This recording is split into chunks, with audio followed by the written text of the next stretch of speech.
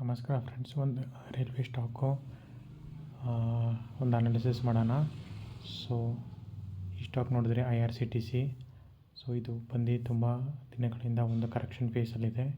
ಇವಾಗ ಸದ್ಯಕ್ಕೆ ಒಂದು ಡಿಮ್ಯಾಂಡ್ ಝೋನಲ್ಲೇ ಬಂದಿದೆ.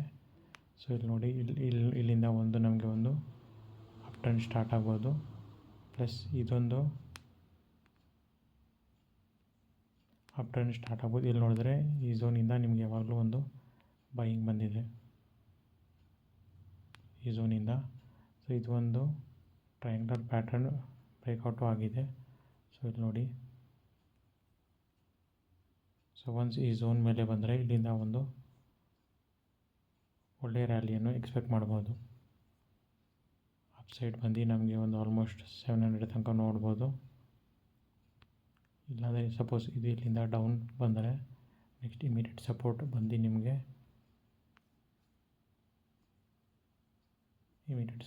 ಬರುತ್ತೆ ನಿಮಗೆ ಈ ರೇಂಜಲ್ಲಿ 577. ಸದ್ಯಕ್ಕೆ ಒಂದು 2 ದಿನದ ನೋಡಿದ್ರೆ ನಮ್ಮ ರೈಲ್ವೆ ಸೆಕ್ಟ್ರು ಎಲ್ಲ ಸ್ಟಾಕು ಸೇಮ್ ಪ್ಯಾಟರ್ನನ್ನು ಫಾಲೋ ಮಾಡ್ತಾಯಿದೆ. ತುಂಬ ದಿನದಿಂದ ಯಾವುದೂ ಮೂಮೆಂಟ್ ಇಲ್ಲ. ಸೊ ಇವಾಗ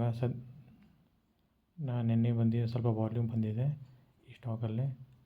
so IRCTC railway stock. So ಇಲ್ಲಿಂದ ಒಂದು ಬ್ರೇಕ್ಔಟ್ ಕೊಟ್ಟರೆ ಒಂದು ಒಳ್ಳೆಯ ಅಪ್ ಟ್ರೆಂಡ್ ನೋಡ್ಬೋದು. ಇಲ್ಲಾಂದರೆ ಕೆಳಗಡೆ 600 ಬಂದು ಒಂದು ಒಳ್ಳೆಯ ಸಪೋರ್ಟು.